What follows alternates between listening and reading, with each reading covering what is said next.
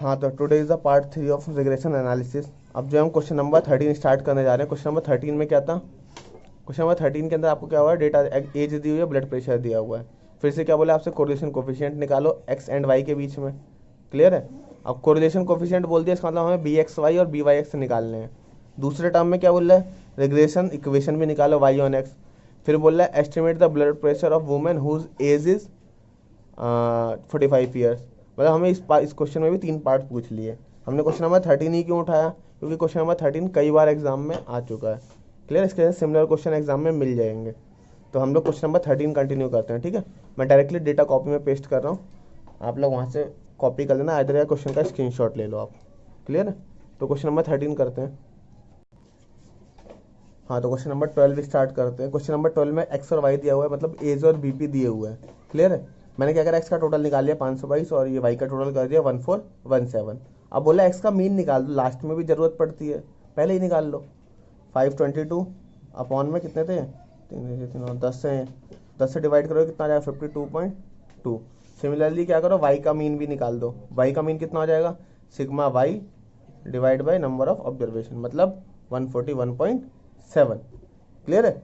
तो ये हमने एक्स का मीन और वाई का मीन निकाल दिया। अब एक कॉलम याद करो, एक फॉर्मूला था डी एक्स डी आई वाला, मैं उस वाले फॉर्मूले से इस वाले क्वेश्चन को करना स्टार्ट करता हूँ। तो इसमें से मैंने क्या करा, किसी एक को मैंने अज्यूम मीन मान लिया। आप किसी को भी मान सकते हो इसके अंदर, ठीक है, चाहे वो डेटा में हो या ना हो। लेट्स से सब कहते हैं कि बीच वाले को मान लो। बीच वाले को मानने की जरूरत नहीं, किसी को भी मान लो। जैसे पूरे के पूरे डेटा के अंदर 52 नहीं है, ठीक है, तो what I am doing this कि मैं 52 को मान ले रहा हूँ। तो लेट कर लिया मैंने, डी एक्स निकालना है मुझे, तो एक्स माइनस अज्यूम मीन मैंने 52 को मान लिया। मेरी मर्जी में किसी को भी मान लो। क्लियर है? 52 को मानेंगे। अब देखना 56 में से 52 जाएगा, कितना बचेगा 4। 42 में से 52 जाएगा माइनस का 10।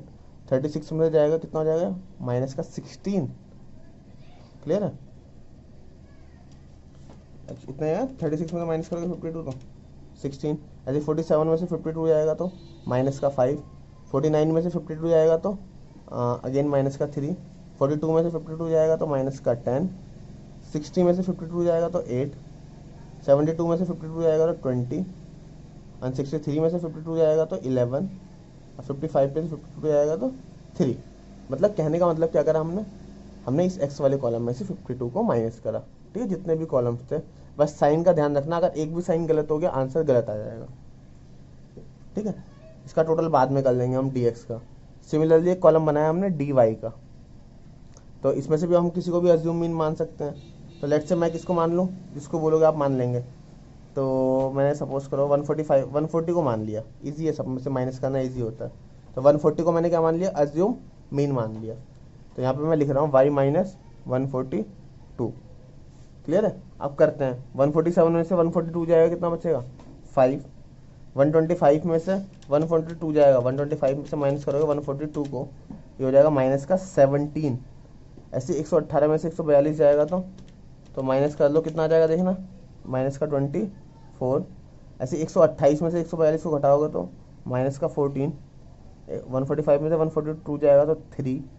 अगेन 140 में से 142 जाएगा तो 142 को मान लिया मैंने गलती से, ये थोड़ी गलती कर दी मैंने, 142 ले लिया। 142, चलो कोई बात नहीं, ये अज्यूमिंग मैंने बोला 140 को था, लेकिन अब मान लिया 142, तो 142 रहने दो। 140 में से 142 जाएगा तो ये कितना आ जाएगा माइनस का 2। 155 में से 142 जाएगा तो माइनस का 13।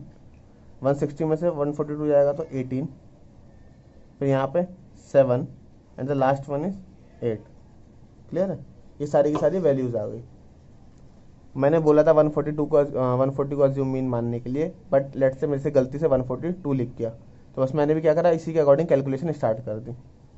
अब बहुत सा डाउट था कि 142 ही क्यों लिया, वो डेटा में था नहीं। तो किसी को भी मान लो, मर्जी होती है, जरूरी नहीं कि वो डेटा में होना ही चाहिए।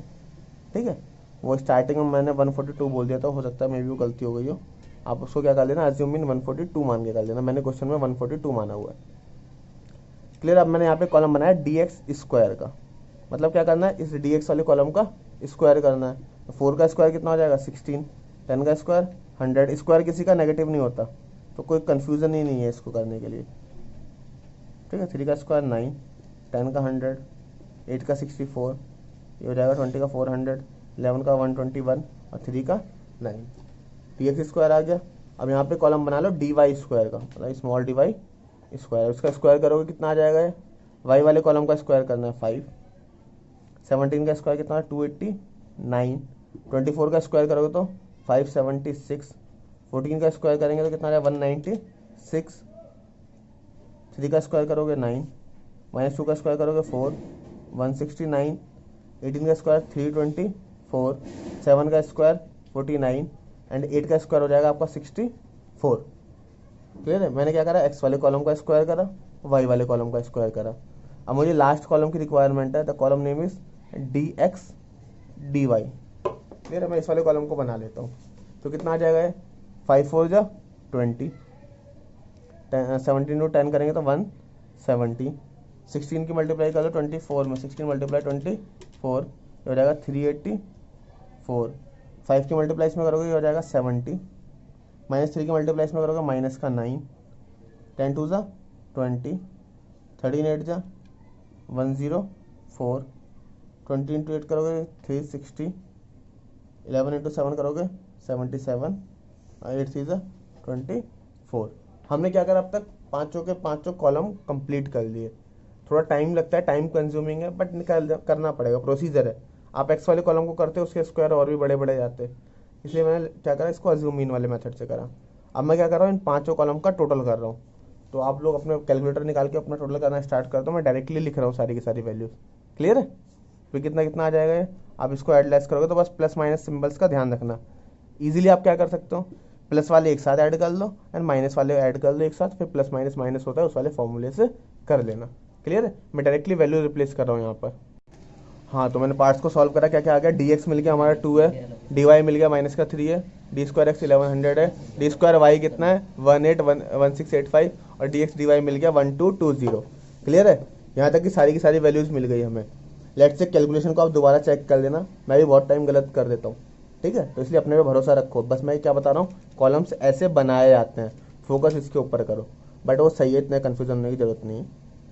क्लियर। यहाँ तक आगे सारी की सारी चीज़ें। अब हमसे क्या बोल रहा है, वो रिग्रेशन कोफिशिएंट निकालो, सॉरी कोरिलेशन कोफिशिएंट मांगा है फर्स्ट पार्ट में। कोरिलेशन कोफिशिएंट के लिए मेरे को क्या चाहिए, बी एक्स वाई और बी वाई एक्स चाहिए होंगे। तो मैं क्या करता हूँ, मैं इन दोनों को पहले फाइंड आउट करता हूँ। क्लियर है। तो मैं क्वेश्चन को करना स्टार्ट कर रहा हूँ आपके साथ साथ, देखते चलो।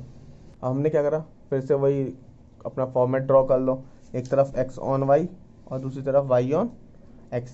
ये हम क्यों कर रहे हैं, हमें रिग्रेशन कोफिशिएंट फाइंड आउट करना है पहले, इसलिए। क्लियर है। तो अब बी एक्स ऑन वाई निकालना है तो फॉर्मूला क्या हो जाएगा, एन इंटू, अब बड़ा वाला नहीं, जहाँ जहाँ एक्स था वहाँ डी एक्स और डी वाई से रिप्लेस कर दो एक्स और वाई को। ठीक है। अपॉन में N into sigma D Y का square minus sigma D Y का होल स्क्वायर। क्लियर है। सिमिलरली यहाँ का फॉर्मूला लिखना होगा, कितना हो जाएगा, B Y X becomes N into sigma D X D Y minus sigma D X into में सिग्मा डी वाई। ऊपर वाला पोर्शन कभी चेंज नहीं होता, नीचे क्या आ जाएगा, बस यहाँ पे एक बार डी एक्स का square minus sigma D x का होल स्क्वायर। Got it. ये पूरा का पूरा फॉर्मूला हो गया। अब मैं इसके अंदर वैल्यू रिप्लेस करना स्टार्ट करता हूँ।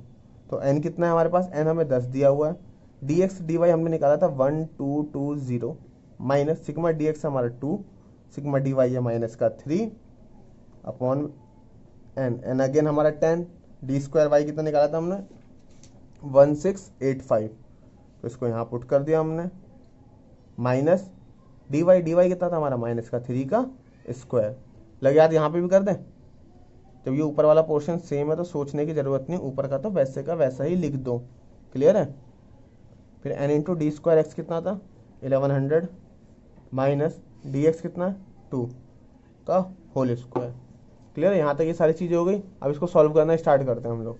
देखना क्या क्या हो जाएगा ये, इसकी से मल्टीप्लाई करोगे तो 12200 माइनस ये प्लस का 6 हो जाना है अपॉन में 16850 माइनस 9। ऐसे यहाँ पर भी कर ले 12200 प्लस 6 डिवाइड बाई 11,000 माइनस 4। अब इन दोनों पोर्शंस को सॉल्व कर लो। ये कितना आ जाएगा 12194 डिवाइड बाई 16841। Got it. और यहाँ पर आप सॉल्व करोगे कितना आ जाएगा 12194 डिवाइड बाई 11,000 है तो 10,996। अब इसको सॉल्व कर लो, जो भी आया आपका ये आपके रिग्रेशन कोफिशिएंट्स आ जाएंगे। तो क्या क्या हो जाएगा देखना, डिवाइड करेंगे तो ये हो जाएगा 12194 डिवाइड बाई 16841, हो जाएगा 0.724। क्लियर है। और इस तरफ वाला पोर्शन निकालोगे जब आप बी वाई एक्स वाला, तो ये हो जाएगा 12194 डिवाइड बाई 10996, इसको डिवाइड करके आएगा 1.109 कर लेना इसको। ये क्या निकल गया हमारे दोनों के दोनों रिग्रेशन कोफिशिएंट। क्वेश्चन में इसकी कोई नीड नहीं थी। क्वेश्चन ने हमसे क्या मांगा, क्वेश्चन ने तो हमसे सिंपल बोला था आप हमारा कोरिलेशन कोफिशिएंट निकाल दो। फर्स्ट पार्ट क्या था हमारा, कोरिलेशन कोफिशिएंट फाइंड आउट कर लो। कोरिलेशन कोफिशिएंट को हमने क्या नाम दिया था, आर नाम दिया था। आर कैसे निकालते हैं, रूट के अंदर अगर हमने ये कैलकुलेट कर लिया तो इनकी मल्टीप्लाई कर दो, बस इतना सही काम था। ठीक है, B Y X multiply B X Y, तो वैल्यू पुट कर दो 0.724 मल्टीप्लाई 1.109। क्लियर है, कितना आया 1.109 आ जाएगा ये आपका। इसकी मल्टीप्लाई कर दो 0.724 मल्टीप्लाई 1.109, ये आ जाएगा आपका रूट के अंदर 0.8029। इसका रूट कर दो आप, रूट आएगा 0.896 है, उसको 9 कर लेना अप्रोक्स। ये क्या निकल गया हमारा, आर निकल गया। क्लियर है, तो ये हमारा फर्स्ट पार्ट होगा। इसके अंदर हमसे उसने पूछा था आर। अब दूसरे पार्ट में उसने पूछा था रिग्रेशन इक्वेशन निकालो वाई ऑन एक्स। अब हमारा सेकंड पार्ट क्या है, रिग्रेशन इक्वेशन कैलकुलेट करना है वाई ऑन एक्स। तो ठीक है, करते हैं। रिग्रेशन इक्वेशन निकालनी है, तो रिग्रेशन इक्वेशन निकालनी है। It becomes Y on X चाहिए मेरे को, तो फॉर्मूला क्या हो जाएगा, y माइनस वाई का mean is equals to B Y X. ठीक है, रिग्रेशन कोफिशिएंट भी कौन सा आएगा, y वाला आएगा, B Y X, X minus X का मीन। अब y माइनस वाई का मीन क्वेश्चन के हमने स्टार्टिंग में ही निकाला था 141.7, बी वाई एक्स हमने अभी अभी निकाला है 1.109, एक्स माइनस एक्स का मीन हमने स्टार्टिंग में निकाला था 52.2। इस पूरी इक्वेशन को सॉल्व कर लो, हमारा आंसर आ जाएगा। ये क्या हो जाएगा, y is equals to 1.109x minus, इसकी मल्टीप्लाई आप इसमें करोगे 1.109 मल्टीप्लाई 52.2, इट बिकम्स 57.89 कर लेना उसको, प्लस 141.7। इसको सॉल्व कर लो, 1.109x प्लस 141.7 हो जाएगा 83.81। ये क्या आ गया हमारा, एक रिग्रेशन इक्वेशन आ गई। अब क्वेश्चन ने इसके थर्ड पार्ट में हमसे क्या पूछ लिया, थर्ड पार्ट में क्वेश्चन बोलता है हमसे, क्वेश्चन कहना चाहता है कि एस्टिमेट द ब्लड प्रेशर बताओ अगर वुमेन की एज कितनी है, 45 है। अब याद करो हमने एज को क्या माना था, एक्स माना था, तो बोला अगर हमें एक्स दिया हुआ है तो वाई की वैल्यू निकालो। तो हम इसी में थर्ड पार्ट के लिए क्या करेंगे, इसी वाली इक्वेशन में जहाँ जहाँ एक्स है वहाँ क्या कर देंगे, इसकी वैल्यू पुट कर दो 109, 45 रख दो बस, प्लस जो भी आपका था कितना था 83.81, जो भी आ जाएगा आपका। तो सॉल्व कर लो, तो कैलकुलेटर पे सॉल्व कर देना, आपको कितना आ जाएगा 1.109 मल्टीप्लाई 45, जो भी आ जाए आपका 49.905, प्लस कर लो 83.81, प्लस करके आ जाएगा y बिकम्स 133.715। तो ये था हमारा क्वेश्चन नंबर 13। क्लियर है, क्वेश्चन नंबर 13 इसी के साथ एंड हो गया।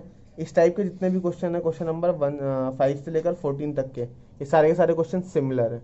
आप क्या करना है, सारे के सारे क्वेश्चन कर लेना, ठीक है। बाकी जो नेक्स्ट पोर्शन है वो हम नेक्स्ट पार्ट में अपलोड कर देंगे, ठीक है। Thank you.